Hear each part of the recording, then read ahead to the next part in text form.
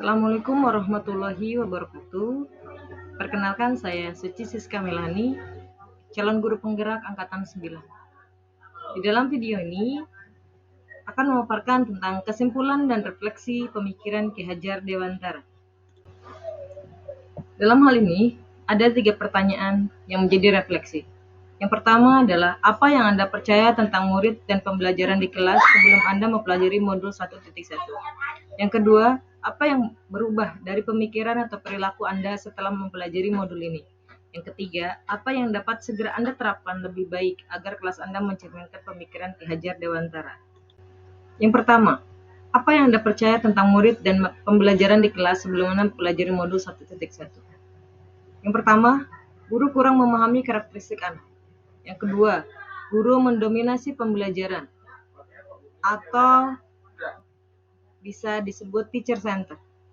Ketiga, pembelajaran terfokus pada ketercapaian materi dan kriteria ketuntasan minimal. Dalam hal ini mengutamakan aspek kognitif anak. Yang keempat, suasana kelas yang tertib, tenang, dan anak-anak yang memahami materi adalah fokus utama guru. Ketika di dalam kelas merasa suasana kelas hening, tenang, itu dulu dikatakan pembelajaran yang berhasil. Yang terakhir yaitu siswa yang akhirnya menyebabkan siswa pasif dan motivasi belajarnya rendah. Sebelum mempelajari modul 1.1, proses pembelajaran di kelas berpusat terhadap guru.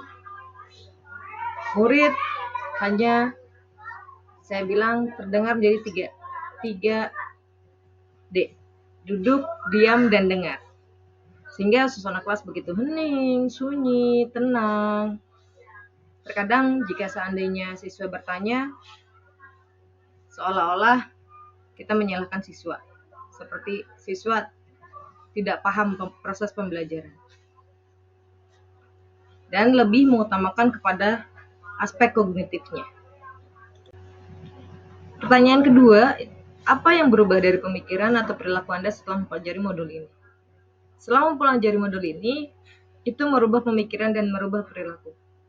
Merubah pemikiran yaitu bagaimana akhirnya proses pembelajaran berpusat terhadap siswa atau student center. Bagaimana kita guru harus memahami setiap karakteristik siswa. Guru bukan merupakan satu-satunya sumber belajar. Di sini dalam hal ini pemikiran kita, mindset kita harus kita rubah. Karena bagaimanapun siswa adalah seorang individu yang memiliki karakteristik yang unik. Setiap anak tidak pernah sama.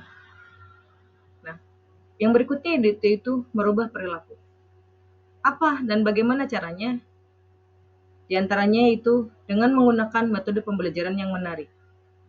Bisa melalui diawali dengan ice breaking atau menggunakan metode-metode pembelajaran yang lain. Siswa diberikan kebebasan untuk mengembangkan minat dan bakat yang dimilikinya. Ada anak yang memang senangnya belajar di kelas, tapi dia tidak terlalu suka praktek. Tapi ada juga siswa yang senangnya praktek. Kinestetiknya begitu gaya belajarnya lebih kepada gaya belajar misalkan visual. Jadi setiap anak memiliki memang bakat dan minatnya masing-masing. Pembelajaran yang berpusat terhadap siswa atau student center tentunya. Dari hal tersebut, apa yang dapat segera Anda terapkan lebih baik agar kelas Anda mencerminkan pemikiran Ki Hajar Dewantara?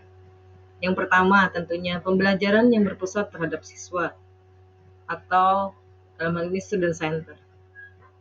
Di mana guru bukan segalanya. Dengan siswa kita bisa sharing. Dengan siswa kita seperti sahabatnya mereka.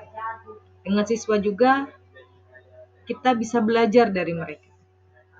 Yang berikutnya yaitu menerapkan pembelajaran dan konsep Merdeka Belajar dengan pencapaian profil pelajar Pancasila. Yang berikutnya yaitu merancang pembelajaran yang menyenangkan bagi siswa. Agar siswa bisa enjoy di kelas, agar siswa bisa betah di sekolah, agar siswa bisa bahagia tentunya ketika kita memberikan pembelajaran. Yang berikutnya itu menerapkan pembelajaran berbasis kearifan lokal dan budaya setempat. Berikutnya pembelajaran mengutamakan aspek budi pekerti. Inilah perilaku yang harus kita tanamkan terhadap mereka. Bukan hanya aspek kognitif, tapi melainkan aspek perilaku. Yang dimana itu akan terus tumbuh dan berkembang ketika mereka nanti lulus dari sekolah. Bagaimana ketika contoh perusahaan-perusahaan mencari seseorang yang memiliki tentunya perilaku yang baik, bukan hanya seorang yang hanya pintar tapi perilakunya kurang baik. Berikutnya terakhir itu pembelian sesuai dengan kodrat zaman dan kodrat alam. Ya, disesuaikan dengan kodrat zaman sekarang seperti apa. Kesimpulan dalam hal ini itu pendidikan bukan hanya ilmu akademik saja, tapi yang lebih penting pendidikan tentang budi pekerti. Bagaimana menumbuhkan sikap yang baik, bagaimana kita seorang guru memberikan tauladan yang baik pula terhadap murid kita, agar para murid kita kelak mereka menjadi murid-murid yang berhasil tentunya di masa depan. Yang berikutnya itu pendidikan sejatinya adalah pendidikan yang berpusat terhadap siswa. Yang terakhir itu pendidikan adalah menuntun siswa sesuai dengan minat dan bakatnya. Kelak nanti mereka lulus dari sekolah sesuai dengan rezekinya, sesuai dengan minat dan bakatnya. Semoga mereka bisa tersalurkan keinginan dan terwujudnya cita-cita mereka. Mungkin itu saja pemaparan pada kesempatan kali ini. Kurang lebihnya saya mohon maaf. Assalamualaikum warahmatullahi wabarakatuh. Salam guru penggerak.